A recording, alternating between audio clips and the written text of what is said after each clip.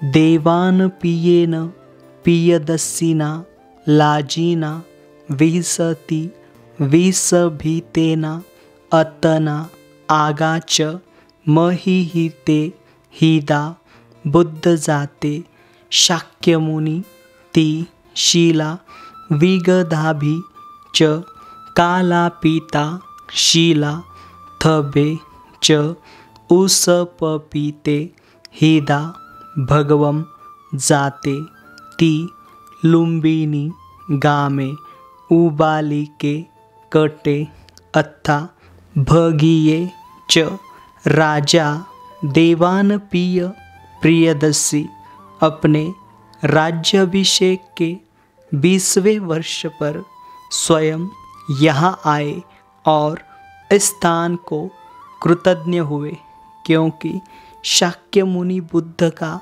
जन्म यहीं पर हुआ था। उन्होंने यहाँ पत्थर का एक स्तंभ स्थापित करवाया, क्योंकि शाक्य मुनि बुद्ध का जन्म यहीं हुआ था। उन्होंने लुम्बिनी ग्राम को करों से मुक्त किया और उन्हें उपज का 8वां हिस्सा दिया। यह विहार वही स्थली है जहाँ पर माता महामाया इनके द्वारा बोधिसत्व सिद्धार्थ को जन्म दिया गया। मतलब इस विहार के अंदर यहाँ पर वो शिला उपलब्ध है, वो शिला पाई गई है जहाँ पर एग्जैक्ट मतलब वही स्थली जहाँ पर बोधिसत्व सिद्धार्थ का जन्म हुआ है उसको दर्शाती है।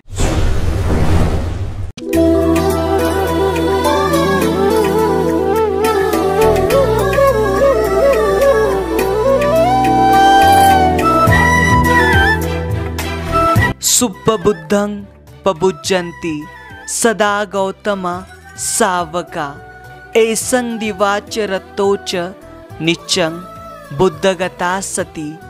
जिसकी दिन रात हर समय बुद्ध विषयक स्मृति बनी रहती है, वे गौतम भगवान बुद्ध के श्रावक सदैव भली भांति प्रबुद्ध जागृत बने रहते हैं।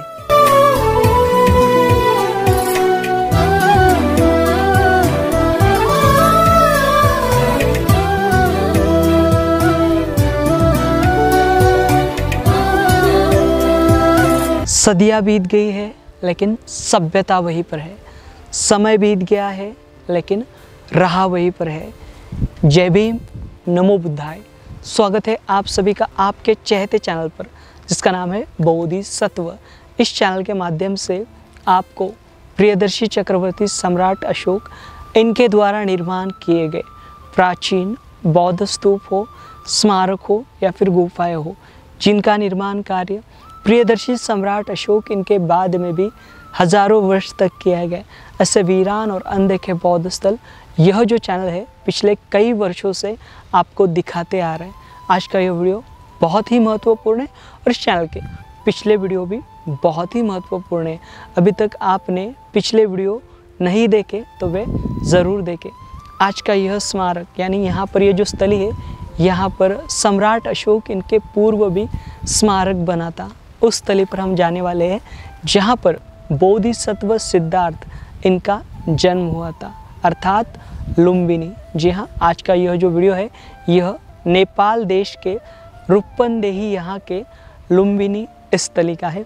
लुम्बिनी यहाँ पर स्थित आधुनिक स्मारक और साथ ही साथ आधुनिक भगवान बुद्ध के शिल्प और साथ ही साथ पुरातात्विक जो स्थली है जहाँ पर भगवान बुद्ध के जो जन्मस्थली के जो संकेत या फिर जो अवशेष मौजूद है, जो शिला मौजूद है, उस स्थली की हम ऐतिहासिक जो जानकारी है वे लेने की कोशिश करने वाले। इस स्थली पर सालाना यहाँ पर दुनिया भर से मतलब लाखों की तादाद में जो तीर्थयात्री हो या फिर पर्यटक हो वो आते हैं और यहाँ पर ये जो स्थली है इस स्थली के प्रति कृतज्ञ होते हैं। तो यहाँ पर हमने आपको इस वैशाख पूर्णिमा के अवसर पर यह जो स्थली है वे दिखाने का संकल्प लिया है, ताकि यह जो महत्वपूर्ण जानकारी है पूरा देश और पूरी दुनिया देख सके। तो चलिए आज का वीडियो हम शुरू करते हैं।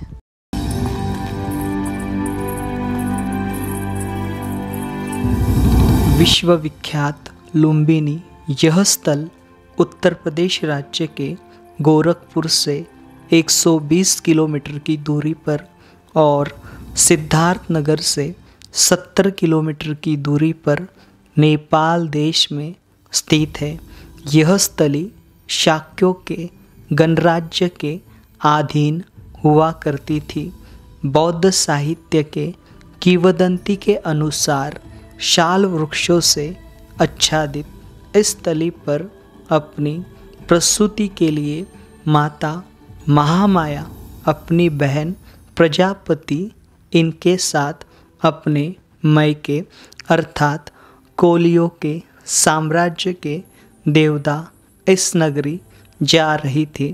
तब वह इस लुम्बिनी वन में विश्रांति करने हेतु ठहरी थी, मगर उन्हें यहाँ प्रसूति की वेदना होने के कारण उन्होंने शाल वृक्ष की टहनी को पकड़ बोधिसत्व सिद्धार्थ को जन्म दिया। वहीं बोधिसत्व सिद्धार्थ का जन्म होने पर वह यहाँ 7 कदम चले। नवजात बालक बोधिसत्व के पैरों के निशान यहाँ अंकित हुए, जिस पर कमल के फूल खिले थे। जिस स्थली पर माता महामाया इनकी प्रसूति शाल वृक्ष के टहनी को पकड़कर हुई थी, वहाँ ईसा पूर्व 5वीं से 6ठी शताब्दी में बोधिसत्व सिद्धार्थ के पैरों के निशान अंकित शिला, जिसे मार्कर स्टोन कहा जाता है, वह और माता महामाया इनकी प्रसूति और बोधिसत्व सिद्धार्थ के जन्म को दर्शाती मूर्ति स्थापित की गई थी। इस स्थली पर सम्राट अशोक इनके द्वारा जन्मस्थली के मार्किंग को संरक्षण करने हेतु माता माया देवी के विहार का निर्माण कार्य किया गया था। यह भगवान बुद्ध के जीवन से संबंधित 4 महत्वपूर्ण तीर्थस्थलों में से एक स्थली है, जिसका वर्णन स्वयं भगवान बुद्ध द्वारा त्रिपिटक के महापरिनिर्वाण सूत्र में किया गया है।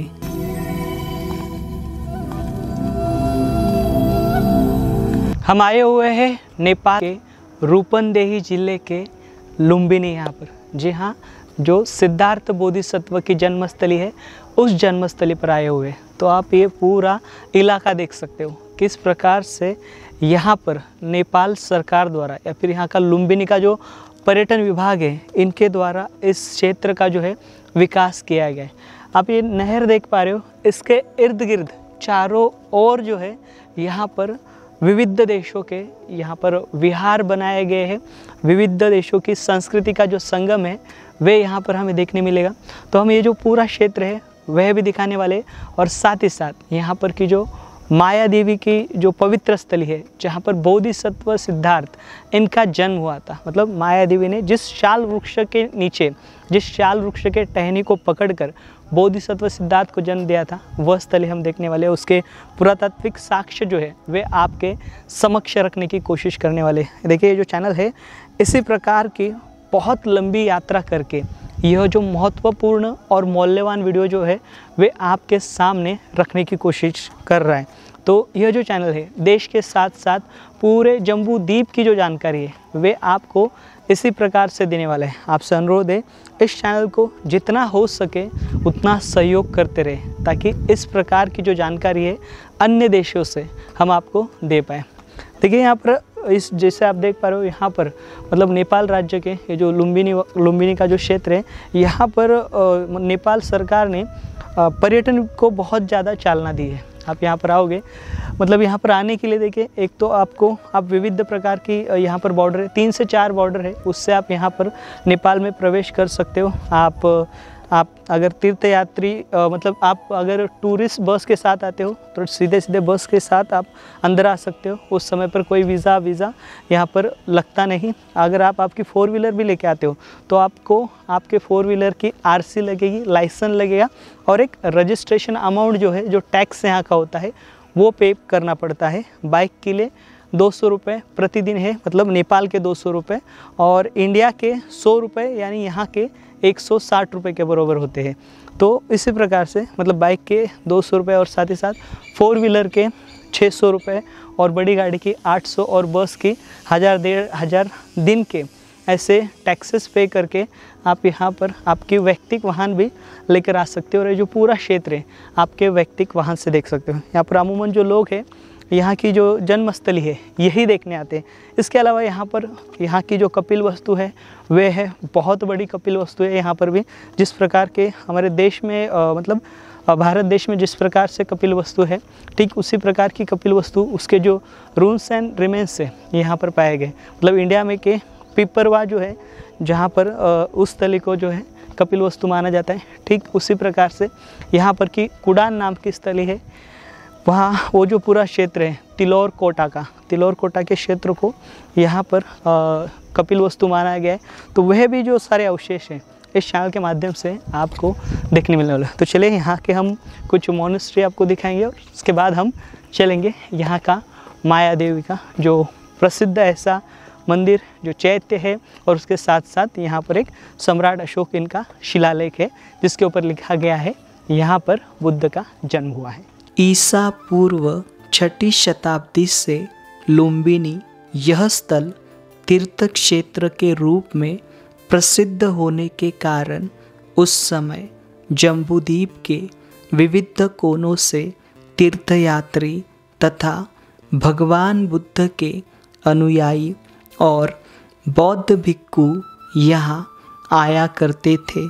ईस्वी 5वीं सदी में प्रसिद्ध चीनी यात्री फाहियान और 7वीं सदी में वैनसोंग इन्होंने लुम्बिनी का वर्णन अपने यात्रा विवरण में किया है। उन्होंने यहाँ पर स्थित स्तूपों, स्मारकों, माता महामाया इनके विहार का उल्लेख किया है। वैनसोंग के मुताबिक सम्राट अशोक इनके द्वारा स्थापित स्तंभ के 2 हिस्से हुए थे। एक हिस्से पर घोड़े का शीर्ष बना हुआ था। चीनी यात्रियों के बाद यहाँ के स्तंभ को पाला इस राजवंश के रिपु मल्ल ने ईस्वी 1312 में पुनः खड़ा किया और स्वयं का लेख लिखा। उसी दौर में लुम्बिनी यहाँ कई स्मारक बनाए गए थे। इसके बाद 15वीं सदी में मानो यह स्थल गुमनाम हुआ हो। यहाँ के स्थानिक नेपाली लोग इस स्थान को रूपा देवी का स्थान समझकर प्रतिवर्ष आते हैं। यहाँ के लोग माता महामाया की रूपा देवी के रूप में पूजा करते हैं। इस कारण यहाँ के जिले को रूपनदेही यह नाम दिया गया है। लुम्बिनी यहाँ के स्तंभ शिलालेख की खोज दिसंबर 1896 में नेपाली सेना के प्रमुख जनरल शमशेर जंग बहादुर राणा इनके अधिकार में की गई थी, जिसके कारण लुम्बिनी का प्राचीन इतिहास दुनिया के सामने आया था। उस समय लुम्बिनी का नाम कुछ और था। हालांकि इस स्तंभ को सबसे पहले खोजे जाने का दावा एलोस एंटोस फ्यूरर इनके द्वारा किया गया था, लेकिन वह कथित तौर पर शिलालेख की खोज के समय मौजूद नहीं थे। उन्हें यहाँ ले आने वाले जनरल शमशेर राणा जंग बहादुर ही थे। फ्यूरर ने इस स्तंभ के बारे में पहली बार सन 1895 में जानकारी ली थी। हालांकि इस स्तंभ के बारे में विंसेंट स्मिथ इनको 1884 में ही यहाँ के स्थानिक जमींदार द्वारा जानकारी दी गई थी। देखिए यहाँ पर विविध प्रकार के देशों के यहाँ पर विहार है और कई सारे स्तूपों का या फिर बड़ी बड़ी भगवान बुद्ध की भव्य ऐसी मूर्तियों का जो यहाँ पर निर्माण किया गया है। और यहाँ पर विविध देशों के संस्कृति का संगम हमें दिखाई देता है। बहुत ही खूबसूरत है ये पूरा क्षेत्र। और आप देख सकते हो यहाँ पर मतलब यहाँ पर छोटे छोटे लेक या फिर छोटे छोटे बगीचे, और उसके अंदर भगवान बुद्ध की नायाब ऐसी जो मूर्तियाँ हैं वह बिठाई गई है, और साथ ही साथ बड़े बड़े जो स्तूप है उनका जो निर्माण कार्य है वे किया गया। मतलब यहाँ पर नेपाल हो, श्रीलंका हो, थाईलैंड हो, इंडोनेशिया हो, जापान हो, वियतनाम हो, या फिर जितने भी बुद्धिस्ट कंट्रियाँ हैं उन सभी के यहाँ पर विहार है, मॉनेस्ट्री है, और उनकी देख रेख में ये जो सारे स्थल है, इन स्थलों को यहाँ पर देखिए बहुत अच्छे से डेवलप करने का जो प्रयास है वह किया गया है। 1896 के बाद समय समय पर इस क्षेत्र के उत्थान हेतु योजनाएं बनाई गई। सन 1932 से लेकर सन 1939 तक सर जनरल केशर शमशेरा इनके द्वारा किए गए उत्खनन कार्य में कई सारे स्तूप और अन्य स्मारक सामने आए थे। सन 1956 में नेपाल के राजा महेंद्र इनके द्वारा लुम्बिनी के विकास हेतु विश्व बौद्ध संघ की चौथी सभा में लुम्बिनी के विकास के लिए कदम उठाने का प्रस्ताव रखा था। सन 1972 में इस स्थली का विकास करने हेतु केंजो टेंगे नाम से मास्टर प्लान को मान्यता प्राप्त हुई थी। इसके बाद सन 1985 में लुम्बिनी डेवलपमेंट एक्ट को मान्यता प्राप्त हुई। लुम्बिनी डेवलपमेंट ट्रस्ट के समिति का गठन किया गया। इसके बाद मास्टर प्लान को विकसित किया गया। सन 1992 से लेकर सन 1995 तक लुम्बिनी डेवलपमेंट ट्रस्ट और जापानीज बुद्धिस्ट फेडरेशन इनके संयुक्त उत्खनन से भगवान बुद्ध के जन्म के सांकेतिक शिला का पता चला। सन 1997 में इस स्थली को विश्व धरोहर स्मारक का दर्जा प्राप्त हुआ, जिसके कारण इस स्थली के विकास में तेजी प्राप्त हुई। फिलहाल यहाँ का मुख्य क्षेत्र 3 मील लंबा और 1 मील चौड़ा पूरी तरीके से विकसित किया गया है, जिसे 3 भागों में विभाजित कर नया लुम्बिनी निवासीय क्षेत्र, आधुनिक बौद्ध मठों का क्षेत्र जहाँ माया देवी का पवित्र पुरातात्विक स्थल है, वहाँ बगीचा बनवाया गया है। विकसित क्षेत्र के दोनों हिस्सों में 3 मील लंबा और 1 मील चौड़ा क्षेत्र वर्जित तौर पर रखा गया है। यहाँ सारे दुनिया के थेरवादी, महायानी, वज्रयानी, तंत्रयानी और अन्य पंथों के देशों के स्मारक बनाए गए हैं।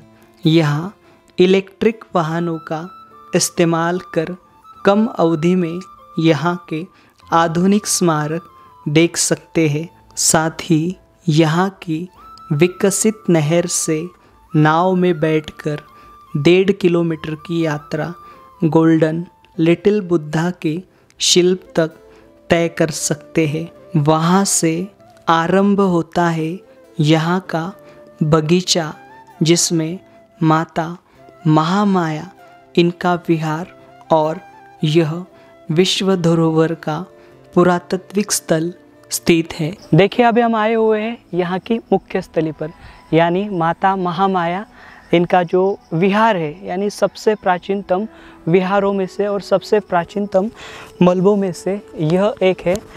देखिए यह विहार, और इस विहार के इर्द गिर्द हमें अनेकों छोटे मोटे स्मारक और छोटे मोटे जो स्तूप हैं वह दिखाई दे रहे। और इसके ठीक आगे यहाँ पर प्रियदर्शी चक्रवर्ती सम्राट अशोक इनके द्वारा बनाया गया स्तूप है। देखिए यहाँ पर इस प्रकार के जो टिकट हैं वे मिलते हैं। इसके अंदर अमूमन जो इंडियन लोग हैं, यहाँ की जो नेपाली करेंसी है उसके 64 रुपीज़ है, मतलब 64 रुपये है। और यहाँ पर आप यहाँ के, जैसे मैंने आपको जानकारी दी, यहाँ का जो रुपया है मतलब इंडियन करेंसी जो है यहाँ के पैसों से थोड़ी ज़्यादा है। यह विहार वही स्थली है जहाँ पर माता महामाया इनके द्वारा बोधिसत्व सिद्धार्थ को जन्म दिया गया। मतलब इस विहार के अंदर यहाँ पर वो शिला उपलब्ध है, वो शिला पाई गई है जहाँ पर एग्जैक्ट मतलब वही स्थली जहाँ पर बोधिसत्व सिद्धार्थ का जन्म हुआ है उसको दर्शाती है, वे यहाँ पर पाई गए। और साथ ही साथ यहाँ पर देखिए ईसा पूर्व 5वीं सदी से लेकर यहाँ का जो आप ईंटों का स्ट्रक्चर देख पा रहे हो ये सारा का सारा मौर्यकालीन है। इसके अंदर हम जाएंगे, अंदर का जो स्ट्रक्चर है, जो मेन यहाँ के माता महामाया इनके जो विहार है, इनका जो मंदिर है, इसकी मुख्य स्थली हमें यहाँ पर दिखाई देगी। और साथ ही साथ इस प्रकार के बाहरी हिस्से में हमें अनेकों जो स्मारक दिखाई देंगे जिनका निर्माण जो है कालानुसार यहाँ पर होते आया है। और इसके इर्द गिर्द जो है छोटे बड़े जो स्तूप है या फिर स्तूपों की जो आप यहाँ पर सामने गैलरी देख पा रहे हो, इनका जो निर्माण कार्य है वे यहाँ पर किया गया है। देखिए स्तूपों की गैलरी देखिए, छोटे छोटे स्तूप हमें दिखाई दे रहे पूरे के पूरे। और ये जो है 7वीं से 8वीं सदी में जो है इनका निर्माण कार्य किया गया है। यहाँ पर देखिए ये जो स्थली है पहली बार सन 1895 में सामने आई थी, जब यहाँ पर का प्रियदर्शी चक्रवर्ती सम्राट अशोक इनका जो स्तंभ है वे खोजा गया था। फिर उसके बाद में सन 1898 में, मतलब ये जो सारा क्षेत्र है यह तराई का जंगल हुआ करता था, यहाँ पर कुछ भी नहीं हुआ करता था, यहाँ पर सारे वन्य प्राणी हुआ करते थे। तो इस तराई के क्षेत्र में यहाँ पर उत्खनन कार्य किया गया। ये जो स्मारक है, इन स्मारकों के जो ढांचे हैं वे सामने हैं। और यहाँ पर पी.सी. मुखर्जी इनके बाद भी यहाँ पर उत्खनन कार्य किया गया। मतलब यहाँ पर सन 1939 और 1940 में भी उत्खनन कार्य किया गया। और उस समय भी यहाँ पर से कई सारे महत्वपूर्ण जो अवशेष है वे प्राप्त हुए थे। देखिए जो कपिलवस्तु है बहुत बड़ा शहर हुआ करता था, बहुत बड़ा उस समय का मतलब देश हुआ करता था। और उस देश में, उस प्रांत में यहाँ पर ये लुम्बिनी हुआ करती थी, मतलब रास्ते में आती थी। और आगे देवदाह नगरी जहाँ पर माता महामाया प्रजापति इनका मैका है। इससे पहले मतलब भगवान बुद्ध के बारे में, मतलब वे जब बोधिसत्व सिद्धार्थ थे तो असित मुनि द्वारा जो है उनकी भविष्यवाणी की गई थी। और भविष्यवाणी से पहले यहाँ पर माता महामाया इनको एक सपना गिरता है। और उस सपने में सुमेध नाम के जो बोधिसत्व होते हैं, जो कि श्वेत हत्ती होता है, वो श्वेत हत्ती एक कमल का जो फूल है वे माता महामाया इनके गर्भ में धारण करते हैं। ऐसा जो सपना है माता महामाया इनको गिरता है। और इसके बाद में यहाँ पर ये जो बात है वह माता महामाया शुद्धोधन राजा को बताती है। उसके बाद शुद्धोधन राजा जो है नगर के सभी ब्राह्मणों को, सभी विद्वान पंडितों को बुलाते हैं, उन्हें उपहार देते हैं और इस बात की वो जानकारी देते हैं। तब उनको यहाँ पर जानकारी मिलती है तब ऐसा व्यक्ति जन्मने वाला है जिसका जन्म जो है युगांतर में एक ही बार होता है। यानी आपके घर में एक तो चक्रवर्ती सम्राट पैदा होगा या फिर एक बुद्ध पैदा होगा। इस प्रकार की जो जानकारी है वह यहाँ पर दी जाती है। फिर उसके बाद में यहाँ पर प्रसूति का समय आता है और माता महामाया जो है वे उनकी जो मैका है मैके के लिए निकल पड़ती है। तो देखिए यहाँ पर आप ये जो प्राचीन पूरा स्ट्रक्चर देख पा रहे हो स्मारकों का। यहाँ पर कुएं है, विविध प्रकार के कक्ष है, यानी बहुत कुछ यहाँ पर हमें इस लुम्बिनी मतलब यहाँ का जो वन है उस समय पर बहुत बड़ा वन हुआ करता था सालों का। और साल वृक्ष को ही पकड़कर माता महामाया की जो है प्रसूति हुई। और उसके बाद यहाँ पर एक ये भी है, पानी का कुआं भी है जिसमें सिद्धार्थ बोधिसत्व को स्नान कराया गया था। ये स्ट्रक्चर देख पा रहे हो, यहाँ पर बहुत अच्छे से बाग बगीचा किया गया क्योंकि ये वर्ल्ड हेरिटेज साइट है। यहाँ पर पूरी सुरक्षा का ख्याल रखा जाता है। देखिए ये स्मारक देखिए बहुत ही बढ़िया बनाया है और बहुत ही सुंदर है क्योंकि पूरा जो क्षेत्र देखेंगे हम तो बहुत ही लाजवाब और बहुत ही सुंदर जो है इसका जो यहाँ पर सुसज्ज रखा गया है, इससे अच्छे से विकसित किया गया हमें दिखाई देता है। और यहाँ पर एक बोधि वृक्ष भी है, चलिए देखते हैं आगे। तो देखिए अभी आप यहाँ पर जो स्मारक देख पा रहे हो, यह स्मारक ईसा पूर्व 3री सदी से लेकर 34 सदी तक या फिर बाद में 7वीं सदी तक जो है इनका निर्माण कार्य किया गया है। यहाँ पर ये बोधि वृक्ष देख पा रहे हो, यहाँ पर 2 बोधि वृक्ष है, यहाँ पर बड़ा है, यह उसकी छोटी शाखा हमें यहाँ पर दिखाई देती है। उसकी सुंदरता शुद्ध सोने की डली की तरह चमकती है। उसके पास बड़ी काली मधुमक्खी की तरह सुगंधित लट है।